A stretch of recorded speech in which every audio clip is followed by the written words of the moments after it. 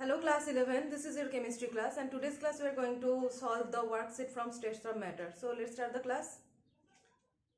So the first question from your worksheet of states of matter is state Graham's law of diffusion of gases. So Graham's law of diffusion of gases, you already know that for the first question, rate of diffusion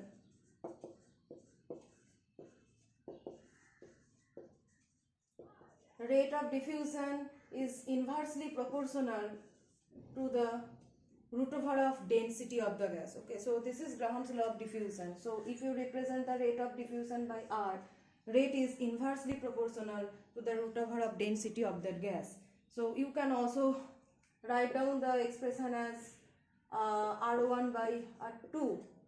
Ratio of rate of diffusion of two different types of gases is equal to root over of d2 by d1 is equal to root over of m2 by m1.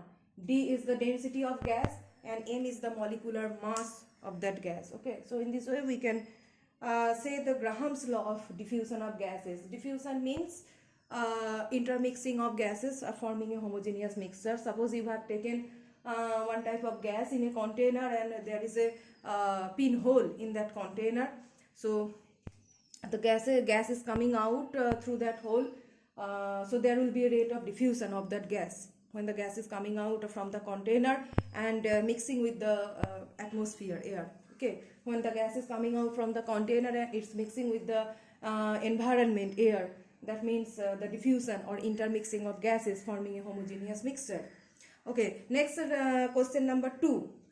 There is a numerical in question number 2. This is a numerical from Dalton's law of partial pressure. Question number 2.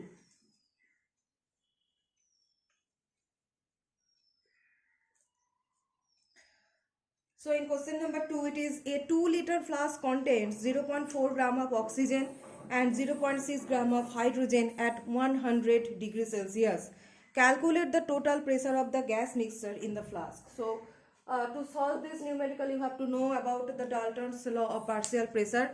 So what does it say? It says that the total pressure of a gas mixture is the summation of the individual pressure of the gases present in that mixture. So if you are considering a mixture of gas, so the total pressure of that container of the gas mixture will be equal to the summation of the pressures provided by the individual gases. So here the gases are oxygen and hydrogen, individual gas mixture. So according to Dalton's law of partial pressure, according to Dalton's law of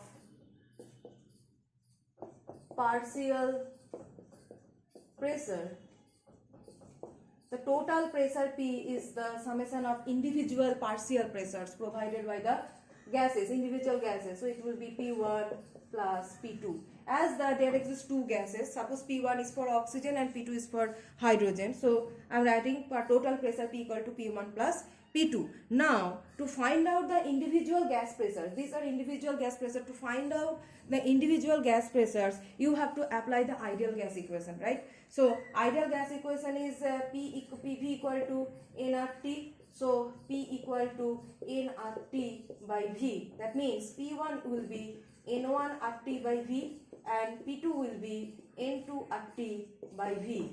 So here you can see that in P1 and P2, the partial pressure provided by oxygen and nitrogen, here in P1 and P2 the V is fixed. Okay, the V is same. For P1 and P2 V is same, only the number of moles is differing here. So why V is same? Because they are in the same container. The oxygen and hydrogen gas is in the same container. So volume of the gas is equal to the volume of the container. So as they are in the same container, so the volume is equal here. Only their number of moles will be different. So already we know how to calculate number of moles. So just put it here that it will be N1 plus N2 into RT by V. Just put this two in this expression P1 plus P2. You will get N1 plus N2 into RT by V. Now N1 means weight taken by molecular weight. If N1, this one is for oxygen, P1 is for oxygen and P2 is for hydrogen, then for N1 it will be weight taken is 0.4 gram, right? 0.4 gram, and molecular weight of oxygen is 32, and N2 is for hydrogen. So here weight taken is 0.6 gram as given in the question, and molecular weight is 2. So in this way you can calculate N1 and N2. So just put it in the equation, 0.4 by 32 plus 0.6 by 2 into. So you will calculate the pressure, and generally we present the unit of the pressure in liter, in atmosphere, right? So better you put the value of R in terms of in the unit of liter atmosphere, because the unit of pressure is generally we take as atmosphere. So 0.082, this is the 0.082, this is the value for R. And temperature is given as 100 degrees Celsius. This is absolute temperature, so convert 100 degrees Celsius in absolute scale, that means Kelvin scale. So 100 plus 273, that means 373 Kelvin. And what is the volume of the container? It's obviously in liter, and we will put 2 liter. As we have taken the value of R is in liter atmosphere, so volume unit should also be in liter, right? So it's perfectly okay then. Now you will get some value here. I am not calculating here, you will calculate it yourself.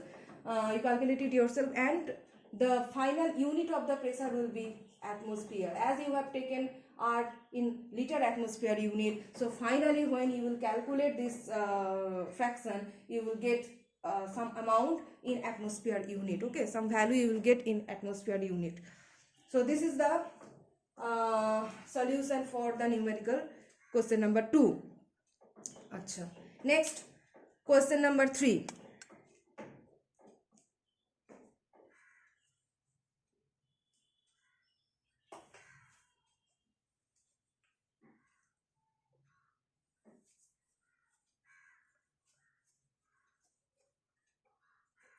Question number 3 is that the equation of state of real gas is P into V minus B equal to RT. Can the gas be liquefied? So liquefaction of gas, right? So liquefaction of gas, generally we predict the liquefaction of gas in terms of compressibility factor. You know what is compressibility factor? It's PV by nRT, right? Compressibility factor is PV by nRT, and in terms of compressibility factor we predict whether a gas can be liquefied or not. So if Z greater than 1, then the gas is difficult to liquefy. It's difficult to liquefy the gas.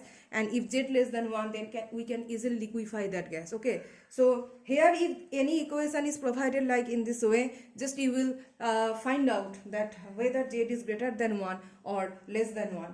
So the equation is given as P into V minus B equal to RT.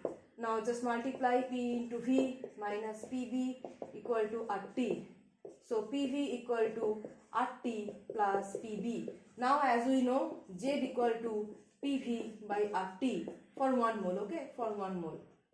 For 1 mole. I am not considering the number of moles in here, it's for 1 mole. So PV equal to RT plus PB. So just divide both the sides, left hand side and right hand side, divide both the sides by RT. So here PV by RT, RT by RT, and PB by RT. So here PV by RT, we can replace it with the compressibility factor Z. So Z equal to, it is 1 and it is PB by RT. So some fraction is added with the 1, okay, right? So you can easily predict that the value of Z will be greater than 1, as it is 1 plus some fraction. So obviously the value of Z is greater than 1 here. So you will say that if the equation of state for a real gas is this, P into V minus B equal to RT, then we cannot liquefy the gas. Okay, if Z greater than 1, then we cannot liquefy the gas.